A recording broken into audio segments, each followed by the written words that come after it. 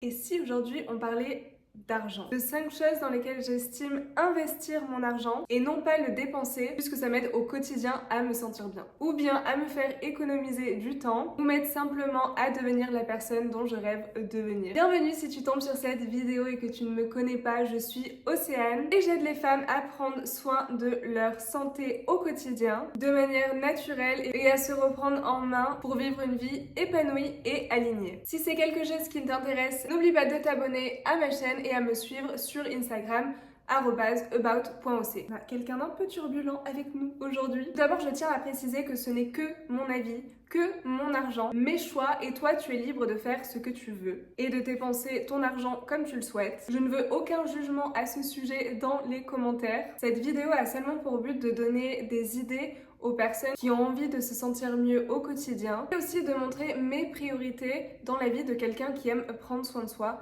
et qui met sa santé en numéro 1. Parce que tu verras, si j'investis de l'argent dans certaines choses, ça veut dire qu'il y a aussi d'autres choses dans lesquelles je décide de ne pas dépenser mon argent. Commençons par mon premier investissement qui est forcément ma santé. Et quand je dis santé, je dis pas médicaments et consultation chez le médecin, bien que ce soit essentiel si nécessaire, mais plutôt dans chaque aspect de mon quotidien et qui va venir impacter directement ma santé. Donc déjà, ça passe par les courses. J'essaye de faire mes courses le plus possible au marché local de mon quartier et chez les petits producteurs, comme chez le boucher directement ou le poissonnier au lieu d'acheter tout ça au supermarché. De 1, parce que la qualité n'a rien à voir. Vraiment, c'est flagrant à quel point, par exemple, la viande est tellement plus tendre et a vraiment meilleur goût. Parce que si je ne dis pas de bêtises, du coup, les animaux sont élevés dans des meilleures conditions. Et donc, au moment de tuer l'animal, celui-ci est moins stressé et du coup, la viande est plus tendre. En achetant chez le boucher, la viande est aussi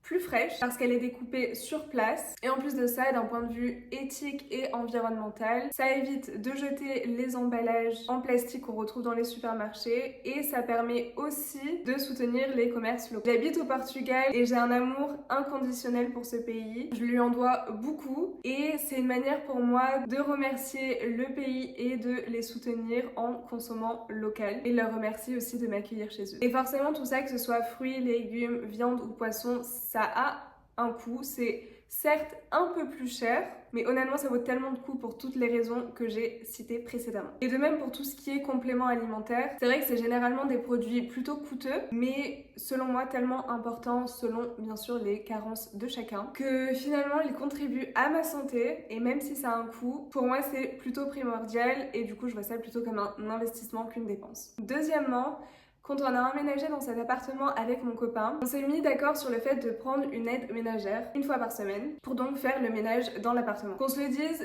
oui, on serait totalement capable de faire le ménage dans cet appartement.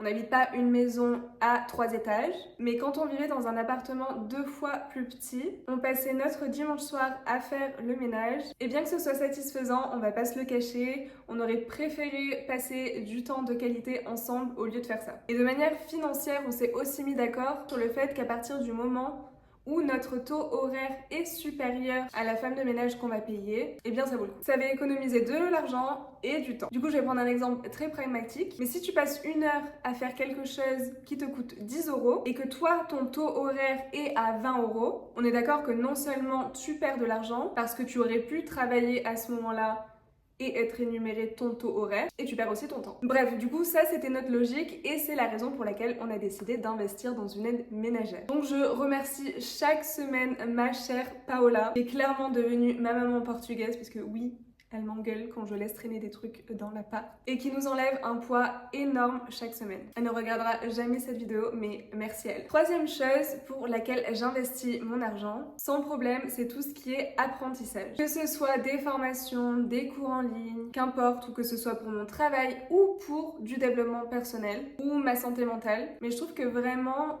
investir de l'argent et aller apprendre via des experts dans leur domaine pour t'aider à atteindre la personne que tu veux devenir est primordial. Soyons honnêtes, on peut pas faire tout nous-mêmes. Les contenus gratuits, c'est sympa, mais ça va un moment. Si on veut vraiment du qualitatif et du concis, à un moment donné, il faut savoir investir aussi dans de vraies formations par quelqu'un qui est expert dans ce sujet. Et aussi à savoir que l'argent est une énergie qui a besoin de circuler. J'aime voir l'argent de la sorte. Si tu gardes toujours auprès de toi ton argent, si la vanne est fermée, il peut pas circuler. Par contre, si tu prends le risque d'investir et de dépenser ton argent, tu ouvres la vanne et dans ce cas-là, tu laisses l'argent circuler des deux côtés, rentrer et sortir. Donc clairement, si ta vanne est ouverte, l'argent peut circuler des deux côtés. Du coup, quand tu dépenses ton argent, il faut pas voir ça comme une perte, mais plutôt comme un investissement que tu vas avoir en retour plus tard. Je m'éloigne un peu du sujet, mais tout ça pour dire que ces dernières années, j'ai beaucoup investi mon argent dans ce genre de choses, de formation, cours en ligne, pour apprendre, me cultiver et grâce à ça, me rapprocher petit à petit de la personne que je vais devenir. Et en plus de ça, j'adore apprendre, donc c'est parfait. Quatrième chose, et en fait extrêmement liée au point précédent, ça a été, et c'est toujours le cas, c'est d'investir dans mon business. J'ai investi énormément d'argent dans mon business pour me former, que ce soit en marketing, en vente, en tunnel de vente, sur les réseaux sociaux, au copywriting et j'en passe. Ou même que ce soit des coachings avec des coachs ou des événements pour rencontrer d'autres entrepreneurs. Bref, tout ça qui a fait que grâce à tous ces investissements, mon business a pu générer de l'argent et j'ai pu avoir un retour sur investissement. Et je sais que des fois, ça peut faire peur d'investir son argent comme ça, surtout quand c'est des grosses sommes, et notamment quand tu débutes dans quelque chose, dans un domaine. Mais prenons l'exemple d'un business. Honnêtement, si tu débutes, tu vas devoir te former à un moment donné. Dans mon exemple, j'ai fait une école de commerce et je peux te dire que on ne nous forme pas à être des entrepreneurs. Et encore une fois, c'est selon mon expérience et selon moi. Et alors honnêtement, avec du travail et de la bonne volonté, je peux t'assurer que tu verras ton retour sur investissement. Donc, prends le risque d'investir ton argent pour apprendre. Ça vaut toujours le coup. Et enfin, mon cinquième point qui est les activités sportives, forcément. Ça, pour le coup, je le vois même pas comme une dépense, un investissement ou quoi que ce soit. C'est juste une nécessité dans mon quotidien. Pour tout te dire, et je vais parler totalement cash ici en te donnant des chiffres, mais je suis membre dans 2 salles de sport ici à Lisbonne. Et c'est des salles de sport qu'on peut clairement appeler comme premium. Je vais tout d'abord dans une salle de sport où il y a seulement du cycling, bootcamp, yoga et California Bar. Et c'est cette salle qui m'a aidé à reprendre le sport, qui m'a aidé à reprendre ce mode de vie que j'ai aujourd'hui. Je l'adore, l'ambiance est ouf. Bref, je me vois absolument plus y aller. Donc, je suis inscrite là-bas. Et pourtant, elle me coûte quand même 90 € par mois pour seulement 8 séances par mois. Et à côté de ça, il y a à peu près 2 ans, j'ai commencé la musculation, donc clairement soulever des poids à la salle. Et ça aussi, c'est vraiment quelque chose aujourd'hui qui est essentiel à mon équilibre. J'y vais plusieurs fois par semaine, je passe quasiment toutes mes soirées à la salle en fait. C'est une salle en plus qui est à 5 minutes de chez moi. Et ça d'ailleurs, un conseil, c'est de prendre une salle qui est à côté de chez toi si tu veux vraiment être discipliné, sinon tu ne vas jamais y aller si elle est trop loin. Et honnêtement, cette salle est immense. Il y a un large choix de machines, il y a une piscine, il y a un spa avec sauna, hammam et bain à remous. Et je peux te dire que l'hiver, j'y passe mes week-ends. Et celle-ci me coûte près de 80 € par mois en plus de l'autre. Du coup, oui, c'est un sacré budget. On va pas se le cacher, mais c'est finalement là où je passe 5 soirées de ma semaine. Donc, et franchement, c'est un réel plaisir, j'ai envie d'y aller, j'ai apprécié de là-bas et c'est pour ça que je vois ça comme un investissement. Et en plus de ça, bien sûr, ça fait du bien à mon corps physique et mental. Mais cet argent, c'est aussi de l'argent que je ne mets pas dans d'autres activités. Comme typiquement aller boire des verres après le taf le soir, c'est quelque chose que je ne fais pas. Ou même de mettre de l'argent dans des sorties nocturnes. Sorties nocturnes. Fut un temps où je disais aller en boîte et prendre des bouteilles.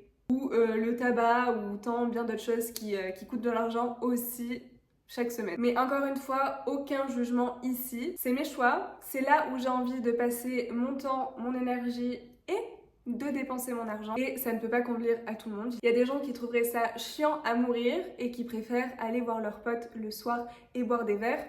Aucun jugement. J'ai été comme ça aussi. Aujourd'hui, ce n'est plus mon mode de vie. Et j'ai quand même boire des verres des fois.